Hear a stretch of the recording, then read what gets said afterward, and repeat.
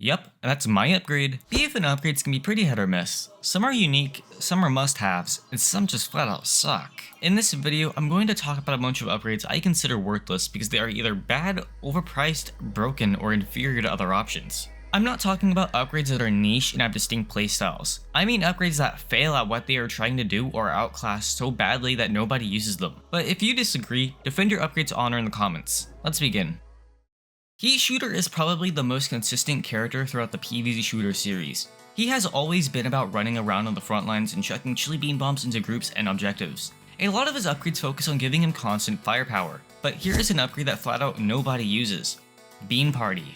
Bean Party is a 3-point upgrade that removes 3 seconds from chili bean bomb's 15-second cooldown when you get a vanquish with it. So how is this useless? It doesn't sound that bad. The problem is how horribly outclassed it gets. For the same price, Heat Shooter can equip Critical Blow, an upgrade that reduces all ability cooldowns by 5.5 seconds when an enemy is vanquished with their primary weapon. Not only does this remove more time, but it is also far more consistent. You are going to get more vanquishes with your primary weapon than Chili Bean Bomb, so Critical Blow benefits your entire kit more often. Bean Party affects one ability, removes less time, and becomes worthless if Chili Bean Bomb doesn't get a vanquish. There is another upgrade I would consider even stronger. Feed the Beast is a 3-point upgrade for P-Suped. When you get a critical vanquish while P-Suped is active, all of your ability cooldowns are reduced by 12 seconds. You can combine this with Combat Adrenaline to potentially maintain P-Suped infinitely, allowing you to throw even more Chili Bean Bombs. Or you can combine Feed the Beast with Critical Blow to remove 17.5 seconds from every ability cooldown after a critical vanquish, which instantly recharges Chili Bean Bomb. Critical Blow and Feed the Beast simply outclass Bean Party. They are more effective in more situations, activate more consistently, and provide more value for the same price. In general, I think the idea of Bean Party is redundant. Heat Shooter already has plenty of cooldown abilities, so they should have given them something more unique. The jump between Garden Warfare 2 and BFN were pretty huge for sniper characters. Their primary weapons were reworked, their drones were changed, and both characters had an ability replaced. However, one Captain Deadbeard ability remained.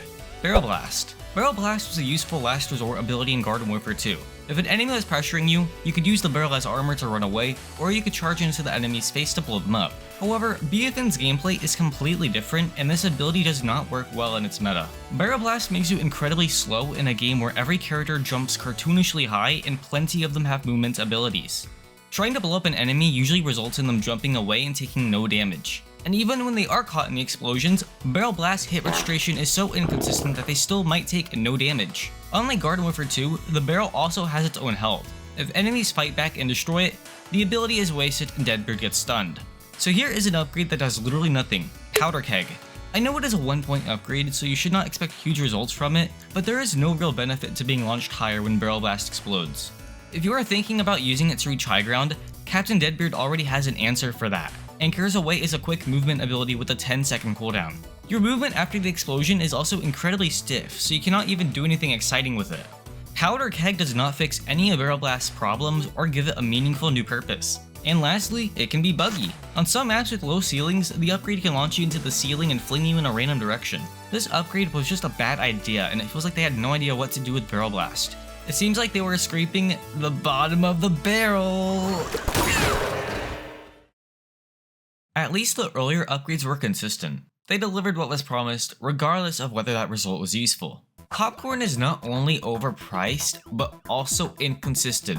Like Captain Deadbeard, Cactus received a noticeable rework between games. Her primary weapon is no longer a semi-automatic long-range weapon. It is now a chargeable and extremely accurate sniper. Popcorn is a 4-point upgrade tied directly to this weapon. If Cactus vanquishes an enemy with a fully charged shot, there is a 75% chance that the enemy will drop a potato mine at their location. Except that description is outdated. In the March balance update, Popcorn was changed so it could activate after any sniped vanquish, even without a fully charged shot. Technically, this makes the upgrade even more usable because it has more opportunities to activate, but now it is even more inconsistent. First off, why on earth is it random? You are spending 4 of your 7 points on an upgrade that might simply decide not to activate. But even when it does activate, a potato mine at the enemy's location is not very useful. BFN's maps are smaller and fairly open, so most of these potato mines will appear in the middle of active fights where they are easy to notice. You also have no control over where they appear, so you cannot place them strategically around corners, objectives, or common routes. My biggest issue with this upgrade is its price. If it costs 2 points, I would not complain nearly as much because you could use it alongside other upgrades.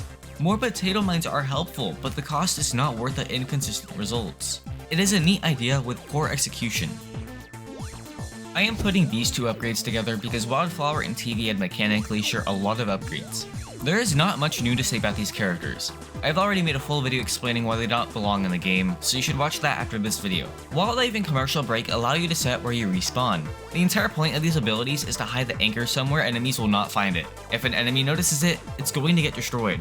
Pottery Power and Drop in the Bucket are 2-point upgrades that give the respective anchors 95 additional health. The problem is that this additional health is functionally pointless. If your anchor remains hidden, it does not need more health. If an enemy discovers it, the extra health only delays that destruction by a short amount of time. You could argue that the additional health might save it from a stray explosion, but if stray projectiles are regularly hitting your anchor, then you are probably placing it too close to the enemy instead of hiding it. This is in the same category as Powder Keg. It feels like they needed to create an upgrade for the ability, but had no meaningful ideas for one. Now this is an upgrade I really want to like. The idea behind Spud Spotting is so clever and interesting that it pains me to admit it is far from useful. Spud Spotting is a 2-point upgrade that reveals zombies near a potato mine to your entire team. That sounds great and could give Cactus a recon specialist playstyle. You can leave potato mines in foliage, keep track of approaching enemies, and snipe them the second they enter your sightlines. Unfortunately, that is wishful thinking. The detection range is pathetically small. Zombies can run right past a potato mine, become highlighted for a second or two, and then immediately disappear again. Most times, you won't even notice the effect activate. It requires zombies to ignore the sound of the potato mine and remain close to it for no apparent reason. There is not even an indicator or sound to tell Cactus when the upgrade is active. If the detection range was larger, the mark lasted longer, and Cactus received an activation sound, I would love using this. It could even have some nice synergy with Popcorn, allowing the two upgrades to create an actual scouting build. Spikeweed should be pretty useful in BFN. It was reworked so Chomper can launch it instead of always placing it at his feet. The problem is that Spikeweed sticks out like a sore thumb. The ability originated in Garden Warfare 1, where suburban neighborhoods were the main theme and grass was everywhere. This allowed Spikeweed to blend into the environment. In BFN, a lot of the ground is concrete, sand, or something not grassy. This makes the large patch of dirt and grass with moving eyes painfully obvious. It would have been nice if the game attempted to disguise Spikeweed depending on the terrain. If it was placed on sand, for example, it could become more of a desaturated orange. So let's talk about Vampiric Spikeweed. This 1-point upgrade restores 50 health when a zombie steps into a Spikeweed or destroys it. That does not sound too bad.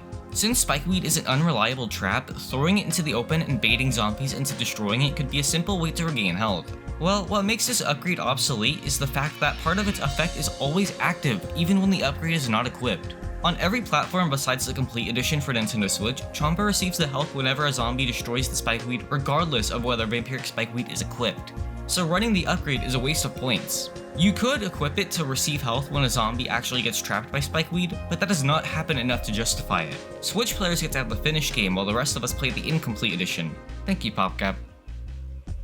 Fearless is a universal 2-point upgrade for all attack characters. When at least 2 enemies are nearby, it is supposed to restore 10 health every second. This is already pretty situational. 10 health per second will not help much during a fight because you have to remain close to at least 2 enemies for the upgrade to activate. If both enemies are attacking you at once, you are probably already cooked. But what makes Fearless even worse is the fact it is bugged for zombies. Instead of regenerating 10 health every second, zombies regenerate 1 health. Not 10, 1. This is literally the most wasteful upgrade for zombies. BFN took an already situational and underwhelming upgrade and made it completely useless for half of the zombies. And those are only a handful of the useless, overpriced, and broken upgrades I decided to cover. There are plenty more upgrades I could talk about, so if you think I should make a follow-up video, let me know. And if I missed an upgrade or unfairly insulted your secret powder keg build, defend its honor in the comments.